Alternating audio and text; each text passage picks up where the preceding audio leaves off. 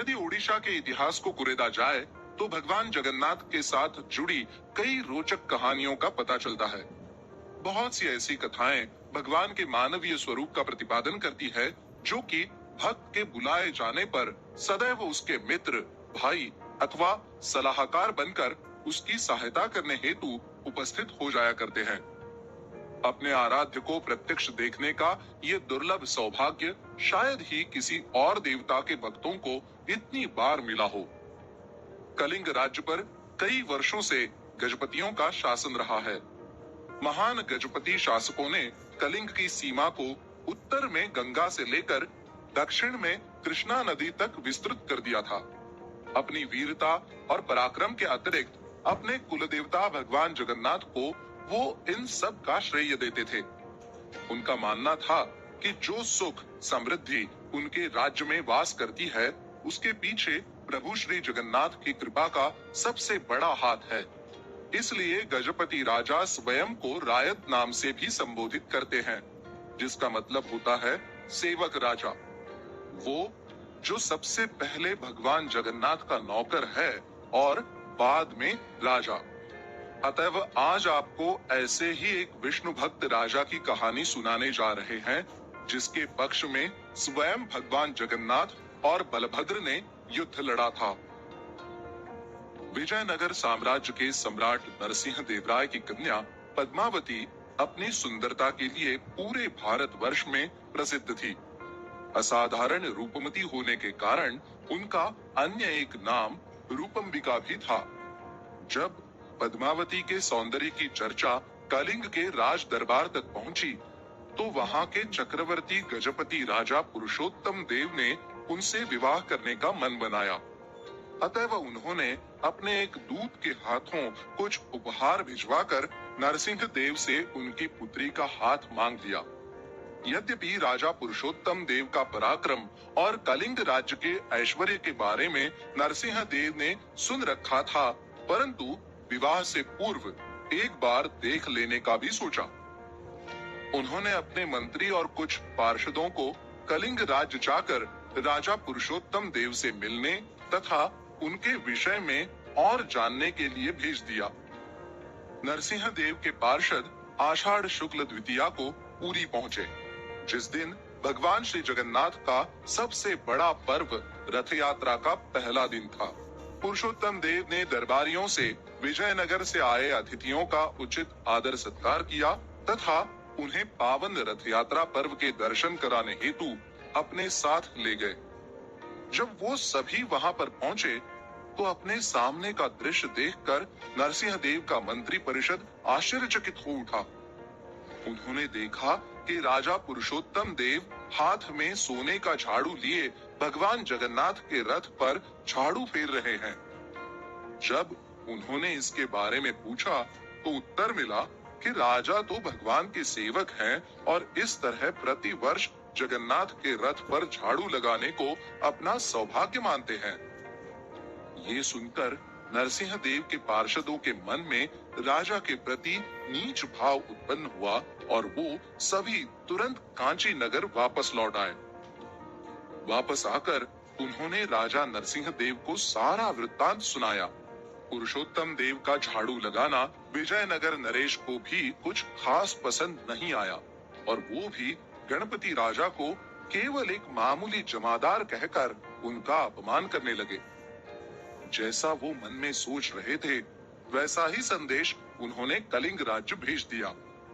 कांची से आए हुए दूत ने भरी राजसभा में अपने राजा नरसिंह देव का पत्र पढ़ा, जिसमें जमादार राजा पुरुषोत्तम देव के प्रति केवल घृणा, कटुता और अपमान के अतिरिक्त और कुछ नहीं था। दूत के द्वारा उच्चारित हर एक शब्द मानो पुरुषोत्तम देव के अंतर को भेद रहा था और अब वो भी अपना समस्त धैर्य खो चुके थे। अतएव क्रोध से जर्जरित राजा ने दूत के जाने के पश्चात ही कांची पर आक्रमण करने का निर्णय ले लिया। कांची पर चढ़ाई करने वाली कलिंग की सेना प्रथम आक्रमण में कहीं पर भी नहीं टिक पाई।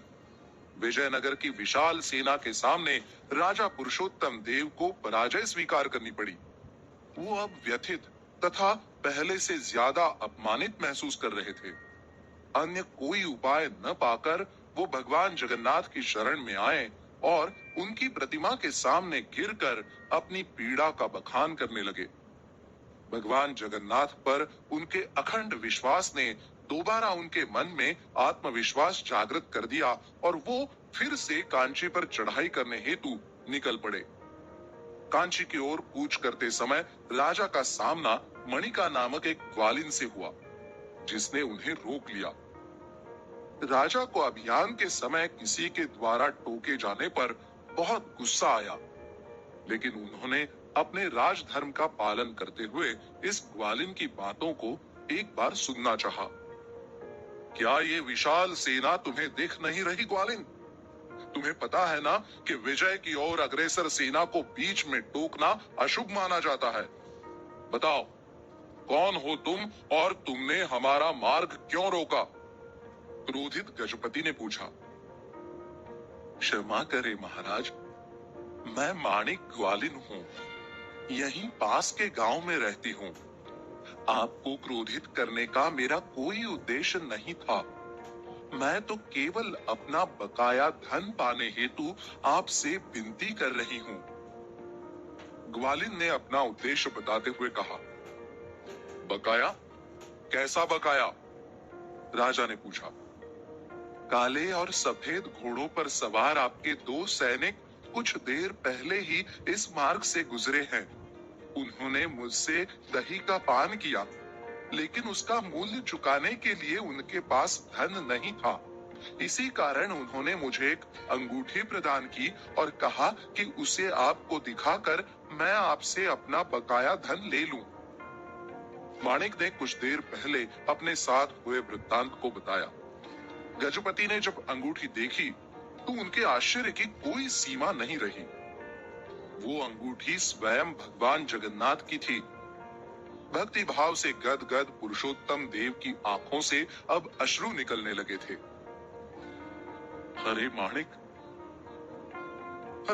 कितने पुण्य किए होंगे रे तूने। तूने जिसे दही पिलाया वो कोई और नहीं बल्कि खुद भगवान जगन्नाथ और बलभद्र थे। धन्य है तू माणिक, धन्य है। ये सुनकर माणिक को अपने कानों पर विश्वास नहीं हो रहा था। अब वो भी भक्ति भाव से सराबोर खुशी के आंसुओं में डूब चुकी थी। पुरुषोत्तम देव के मन में अब कोई संदेह नहीं था कि इस कांची अभियान में स्वयं भगवान उनके साथ है। माणिक के साथ हुई उनकी ये भेंट प्रभु श्री जगन्नाथ का ही शुभ संकेत है। इस बात से अत्यंत प्रसन्न राजा पुरुषोत्तम देव माणिक को एक पूरा गांव प्रदान करते हैं, जिसका नाम उसके नाम के ऊपर ही माणिकपटना रखा जाता है। माणिक से विदा लेने के पश्चात राजा और उनकी सेना दुगने आत्मविश्वास और पराक्रम के साथ विजयनगर की सेना पर टूट पड़ती है। युद्ध भूमि में काले घोड़े और सफेद घोड़े पर विराजमान कृष्ण बलराम की जोड़ी के सामने भला कोई कैसे टिक पाता। अतएव कांची का पतन होता है और राजा नरसिंह देव आत्मसमर्पण कर देते हैं। संधि के बाद राजकुमारी पद्मावती को पुरुषोत्तम देव अपने साथ कलिंग ले आते हैं। गजपति को अभी भी अपना अपमान याद था, इसीलिए वो प्रतिशोध लेने हेतु अपने मंत्री को बुलाकर ये कहते हैं, उस निर्लज्ज नरसिंह देव को जमादारों के प्रति बहुत घृणा है ना? ठीक है, उसकी पुत्री पद्मावती का विवाह भी किसी जमादार से ही कराया जाएगा। यही उसके लिए उचित शिक्षा होगी। मंत्री अच्छे स्वभाव वाला सदाचारी मनुष्य था, जिसे पद्मावती के साथ ऐसा व्यवहार किया जाना अनैतिक लगा, परंतु राजा के आदेश को नकारने का साहस भी वो नहीं कर सकता था। अतएव उसने अपनी बुद्धिमता का परिचय देते हुए राजकुमारी पद्मावती को अपनी पुत्री के समान अपने घर में रखा और अगली रथ यात्रा को जब पुरुषोत्तम देव रथ पर झाड़ू लगा रहे थे, तब उसने उनसे पद्मावती का विवाह करवा दिया। अपने मंत्री की चतुराई को देख गजपति भी अब अपना प्रतिशोध भूल गए और पद्मावती को स्वीकार कर लिया। आज भी रथ यात्रा के समय गजपति महाराज के द्वारा तीनों रथों पर झाड़ू लगाने की परंपरा की जाती है, जिसे छेरा पहरा कहा जाता है।